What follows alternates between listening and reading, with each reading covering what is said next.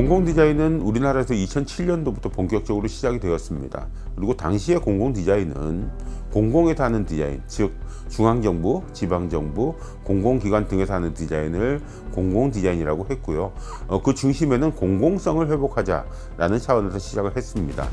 다만 그것이 최근에 많이 의미가 바뀌었죠. 바뀌면서 공공 디자인이라고 하면 공공을 위한 디자인 으로 해석을 하시면 될 것 같고요. 그리고 현재 공공 디자인을 하기 위해서는 여러 가지 거버넌스 체계들에 의해서 관여하는 분들이 많이 늘어났고, 그리고 관여하는 분야들도 굉장히 많이 늘어났습니다. 그런 의미에서 봤을 때는 공공 디자인이 포괄적으로 도시와 사람들의 생활을 어떻게 바꾸느냐 하는, 그래서 그것들이 얼마나 선한 영향력을 행사하느냐 하는 것에 초점을 맞추고 공공 디자인을 진행하고 있다라고 보시면 될 것 같습니다.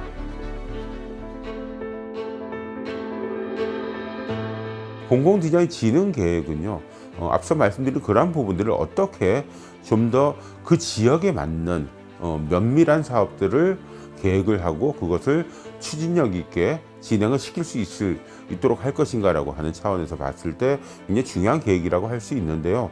무엇보다도 모든 지역들이 동일한 계획을 가지고 진행될 수는 없습니다. 각 지역마다 특성들도 다르고, 그리고 담고 있는 컨텐츠들도 다르기 때문에, 그래서 그 지역에 맞는 가장 활성화시킬 수 있고 가장 좋은 방향으로 가지고 갈 수 있는 그러한 요소들을 어떻게 잘 어우러지게 만들어내는가, 그리고 그것을 디자인적으로 어떻게 풀어나갈 것인가 라고 하는 것이 공공 디자인의 진흥 계획의 역할이라고 할 수 있을 것 같습니다.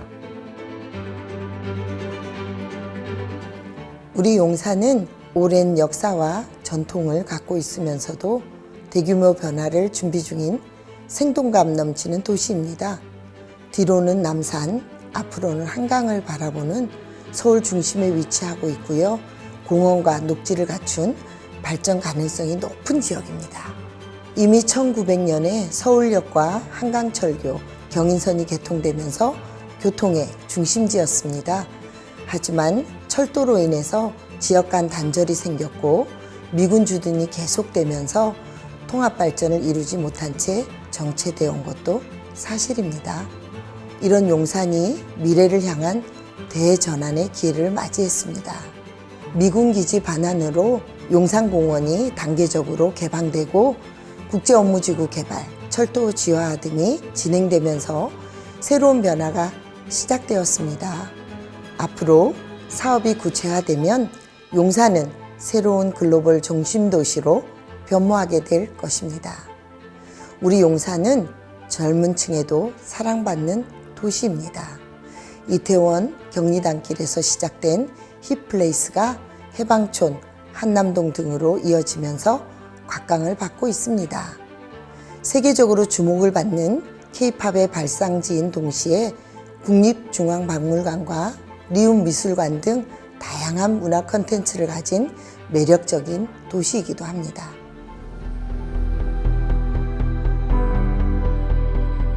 이번 용역을 수행하면서 용산이라는 도시 곳곳을 돌아다녀 봤습니다. 정말 다양성이라는 매력을 가진 도시라는 생각이 들었는데요. 사실 용산하면 이태원이나 경리단길을 먼저 떠올리실 텐데 골목을 걷다 보면 서울에 이런 곳이 있었나 라는 생각이 들 정도로 정말 매력을 가진 공간들이 많이 있다는 걸 알 수가 있었습니다.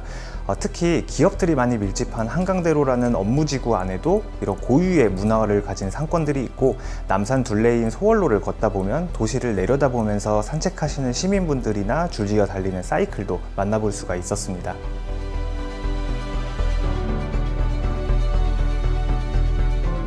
용산구 공공디자인 진흥계획의 핵심 키워드는 연결입니다.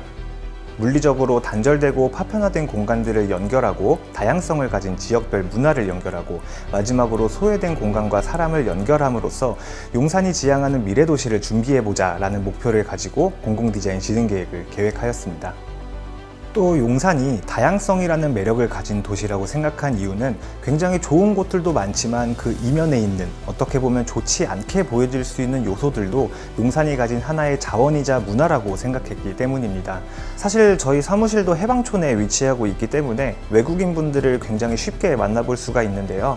이분들이 주차 문제라든지 쓰레기를 배출하는 문제에서도 많은 갈등을 겪고 있는 부분은 분명히 있지만 이분들을 실제로 만나서 이야기를 해보면 방법을 몰랐다 뿐이지 지역을 사랑하는 마음은 한국인들 못지않게 강한 것을 알 수가 있었습니다.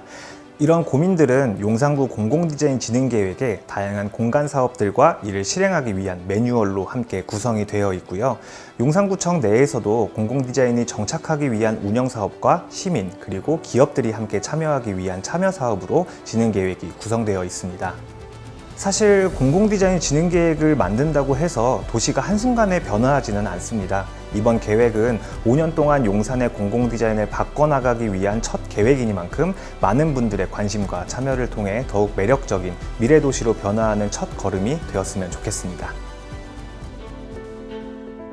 사실은 행정 굉장히 중요합니다.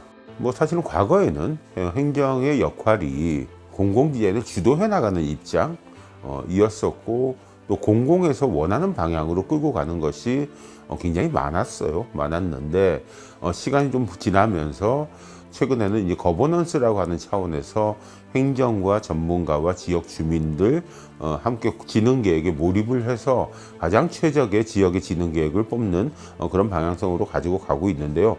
이제는 그 진흥계획이 원활히 수립이 되고 또 그 진흥계획에 맞춰서 원활히 사업이 진행될 수 있도록 하는 그런 이 지원자의 역할을 튼튼히 해주셔야 될 필요가 있겠다라고 생각을 하고 있습니다. 사실 진흥계획 수립을 시작을 했을 때부터 전 부서가 모여서 필요한 것들에 대해서 얘기를 할 수 있고 요구사항에 대해서 요구를 하고 그리고 어떤 면에서는 부서 측면에서 바라볼 것이 아니라 그 지역에서 원하는 지역 주민들이나 시민들이 원하는 것들을 어떻게 맞춰갈지에 대한 마음 자세를 가지는 것이 가장 중요하다고 봅니다. 확실히 공공디자인 진흥계획에 나와 있는 실행 사업이라고 하는 것은 사실 전 부서가 이 협력을 해서 진행을 해야 될 필요성이 있고요. 그럴수록 협력이 잘 될수록 그 사업들이 성취도라든지 만족도라든지 그런 것들이 올라가고 있다는 것은 제 경험상 많이 겪었던 일이기 때문에 그런 부분에 있어서 전 부서의 이 협력이라고 하는 것이 절대적으로 필요한 사항이라고 보고 있습니다. 현재 진행 중인 개발이 철저한 준비와 계획을 통해 조화를 이룰 수 있도록 해야 합니다. 도시개발 계획 단계부터 도시 기능의 효율화를 추진하면서도 주거와 환경, 문화예술 등이 어우러질 수 있도록 할 생각입니다. 그런 점에서 우리 용산은 공공디자인의 역할과 기능이 가장 기대되는 곳이기도 합니다. 공공의 이익을 추구하면서도 주변과 조화를 이루는 아름다운 디자인을 통해 용산의 품격을 높일 수 있도록 적극 지원하겠습니다.